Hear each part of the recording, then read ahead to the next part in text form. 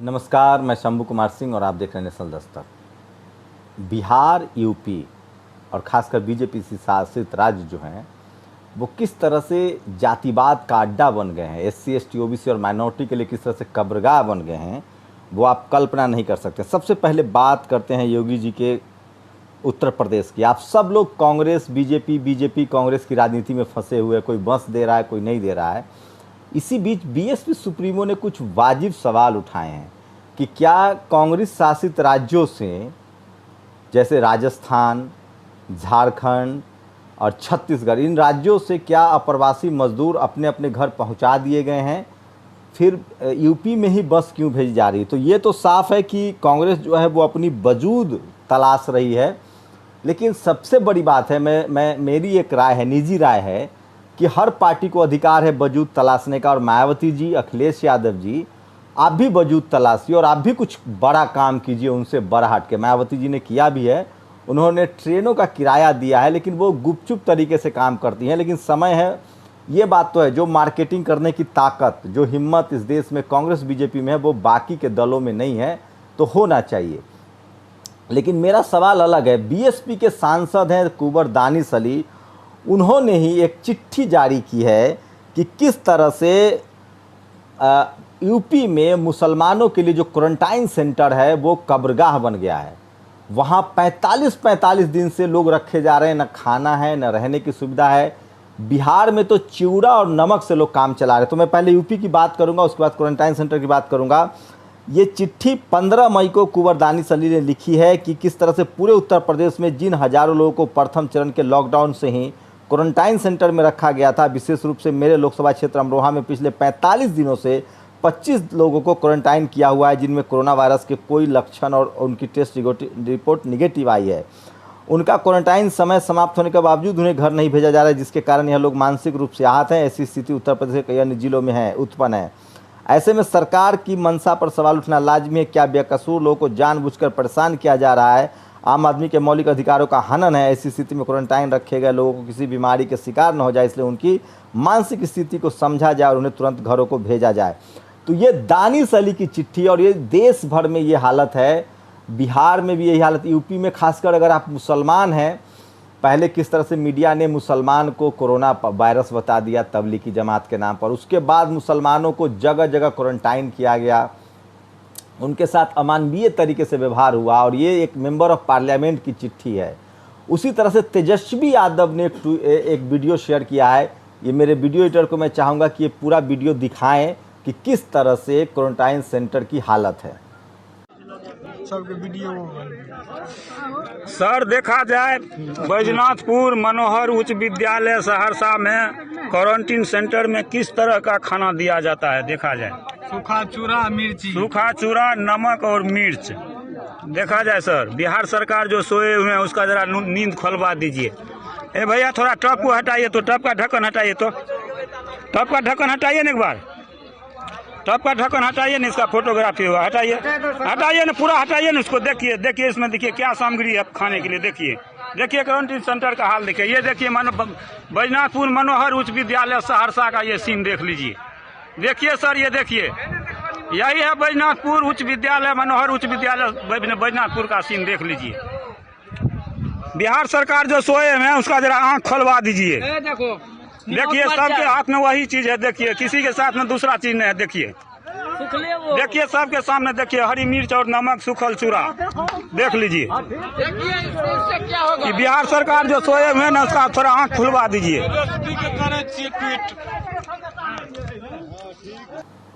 तो देखा आपने, ये चिवड़ा, ये हम जिसको पोहा बोलते हैं आप लोग, जो पोहा खाने से बांग्लादेशी की याद आ जाती है। बीजेपी के जो राष्ट्रीय उपाध्यक्ष, माफ़ कीजिएगा, महासचिव हैं, और बंगाल में जिस तरह से जो जादू का खेल आजकल दिखा रहे हैं बीजेपी की तरफ से कैलाश विजयवर्गीय, उनके इंदौर में भैया सबसे ज़्यादा कोरोना की मार है। तो ये देखिए, इसको पोहा बोलते हैं आप रेस्ट ऑफ इंडिया में। हमारे यहाँ जो बिहार के लोग हैं वो जानते होंगे, यूपी के चिवड़ा बोलते हैं इसको। नमक मिर्च के साथ क्वारंटाइन सेंटर में दिया जा रहा है। बहुत अमानवीय हालत है, और इस पर मीडिया नहीं दिखाएगी। मीडिया के लिए क्या खबर है कि क्वारंटाइन सेंटर में नाच गाने का प्रबंध हुआ। तो मीडिया का तो सर खर्च छोड़ दीजिए, कुछ वीडियो देखिए। ये जो बंस की राजनीति हो रही है, खालिश राजनीति है। सुमीत अवस्थी जो तेजस्वी यादव वाले मीडिया पर ट्रोल हुए थे, अब देखिए कितने कितने मतलब घटिया किस्म के वो मनुवादी, ब्राह्मणवादी और जातिवादी हैं। वो उन्होंने एक फ़ोटो ट्वीट किया है जिसमें प्रियंका और योगी और अखिलेश, सोचिए अखिलेश कहाँ राजनीति करे। मुझे लगता है कि इस पर राजनीति होनी चाहिए। मायावती हो, अखिलेश हो, तेजस्वी हो, उनको साफ साफ आके बोलना चाहिए कि भैया महामारी है लेकिन सरकार क्या कर रही है, घंटी बजा रही है। सरकार 20 लाख करोड़ किसको पहुंचा रही है? क्वारंटाइन सेंटर की हालत क्या है? क्या क्वारंटाइन सेंटर के लिए सरकार खर्च नहीं कर रही है? अरे भैया वो हमारा आपका पैसा है, वो कहीं से नहीं आया। 500-500 रुपये, 1-1 हज़ार रुपये के बिल काटे गए होंगे। तो सोचिए, इसी को कहते हैं महामारी को भी अवसर में तब्दील कर देना। और इसमें बीजेपी का तो सानी नहीं है। नीतीश जी आपको क्या हो गया है? कुछ तो सोचिए कि आप किन लोगों के साथ ये कर रहे हैं। आप मुख्यमंत्री हैं, आप चाहे तो स्थिति बदल सकते हैं।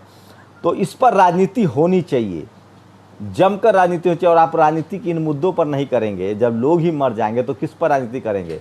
तो प्रियंका गांधी अच्छा करे, लेकिन सवाल उठता है कि क्या प्रियंका गांधी उन कांग्रेस शासित राज्यों से सारे लोग पहुंच गए अपने अपने इलाकों में, या यूपी में वो पॉलिटिकली फोकस कर रही हैं? सोनिया गांधी का इनिशिएटिव बहुत अच्छा था, जिस तरह से उन्होंने कहा था कि मैं ट्रेन का किराया दूंगी।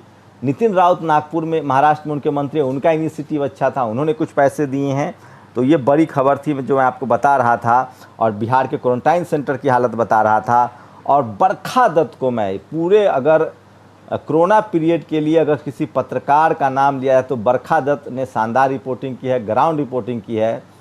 लेकिन एक जो सबसे बड़ी बात है, बरखा ने अच्छा काम किया, लेकिन उन्होंने गरीब कहा है, मजबूर कहा है, उन्होंने जाति नहीं पता की है। अगर इस देश में ये सारे के सारे वो लोग होते हैं जो एक जाति विशेष के लोग हैं और वो सड़कों पर होते तो स्थिति ख़त्म हो जाती। इस देश में गरीबी है तो उसके पीछे जाति है। और ये खेल जो है इस देश के कम से कम जो मनुवादी, ब्राह्मणवादी, जातिवादी पत्रकार हैं वो तो न समझने का नाटक करते हैं, लेकिन सवर्ण समाज के लोग भी जो है वो इसको नहीं समझते हैं। तो यूपी जो है फिलहाल मुसलमानों के लिए और दलितों के लिए एकदम कब्रगाह है। कल आपने देखा होगा संभल में किस तरह से बीजेपी के कैंडिडेट रह चुके और उनकी पत्नी फिलहाल पंचायत चुनाव जीत चुकी है, उसको किस तरह से सरेआम गोली मार दी जाती है। तो ये देश भर में मुसलमानों के खिलाफ, पिछड़ों के खिलाफ, अल्पसंख्यकों के खिलाफ और शेड्यूल कास्ट के लोगों के खिलाफ अत्याचार बनकर आया है कोरोना। और सुप्रीम कोर्ट के भी इसी तरह से फैसले आ रहे हैं। तो ये आपको बता रहा था कि किस तरह से बुरी हालत है इस देश में और सब कुछ ऐसे छोड़ दिया गया है। पता नहीं वो 20 लाख करोड़ कहाँ है, किसके लिए है और उसको कौन फ़ायदा उठा रहा है। फिलहाल पूरे देश में लोग सड़कों पर हैं। ये तस्वीरें देख लीजिए, चाहे ये दिल्ली एनसीआर की तस्वीर है, देश भर से मेरे पास तस्वीरें आई हैं, मैं आपको दिखाऊंगा। आम आदमी, गरीब आदमी, लाचार आदमी, जिसमें ज़्यादातर 85 से 90% SC ST OBC माइनॉरिटी के लोग हैं, वो सड़कों पर भूखे लाचार मरने को मजबूर हैं। जबकि इस देश को बनाने में उनका हाथ है, वही मेहनतकश लोग हैं। आपकी क्या प्रतिक्रिया है? आप प्रतिक्रिया जरूर दीजिए। क्या मुसलमानों से बदला लिया जा रहा है? क्या दलित, पिछड़े, आदिवासियों से बदला लिया जा रहा है कोरोना के बहाने? ज़रूर बताइएगा। शुक्रिया। तो जो बस ट्रक की जो खबर है ना, प्रियंका गांधी का बस और योगी आदित्यनाथ का बस, उधर से सुने कि 22 लोगों पर FIR दर्ज किया, 22 कांग्रेसी नेताओं पर यूपी सरकार ने।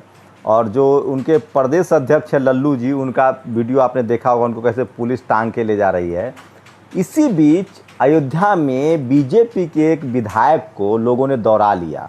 ये वीडियो देख रहे हैं, ये खेत की तस्वीर है और ये कोई लोग शेर या गीदड़ नहीं हड़का रहे हैं। हड़काना मतलब हमारे यहाँ एक कहावत है कि भगाना होता है उसको। शेर गीदड़ को भगाते हैं लोग या जानवर को खेतों से भगाते हैं। ये बीजेपी के विधायक थे। लोग इतने नाराज़ हैं साहब, कोरोना और लॉकडाउन में इतनी नाराज़गी है। मतलब 55-56 दिन बाद भी लोगों के पास खाना नहीं है, बेरोजगारी है, सरकार कोई मदद कर नहीं रही है।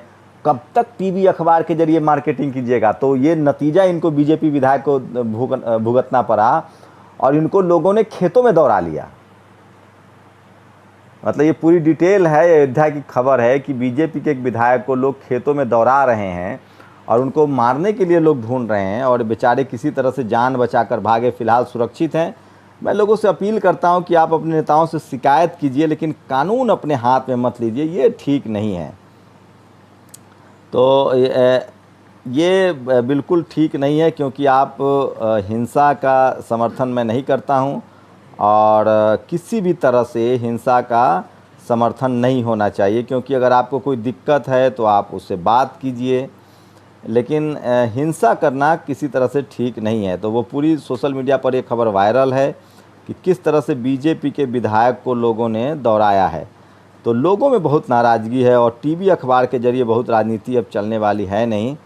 तो अयोध्या की ये खबर है और लगातार लोग जो हैं वो बीजेपी से खासकर नाराज़ हैं, लेकिन कांग्रेस बीजेपी की राजनीति चरम पर है और वो लोग एफआईआर खेल रहे हैं। नेशनल दस्तक की आपसे गुजारिश है कि अगर इसको बचाना चाहते हैं तो नेशनल दस्तक को सब्सक्राइब करने के लिए रेड कलर के सब्सक्राइब बटन को दबाएं, फिर बेल आइकन की घंटी दबाएं। नेशनल दस्तक को बचाने के लिए बहुत ज़रूरी है कि हर खबर को शेयर करें, लाइक करें, कमेंट जरूर करें।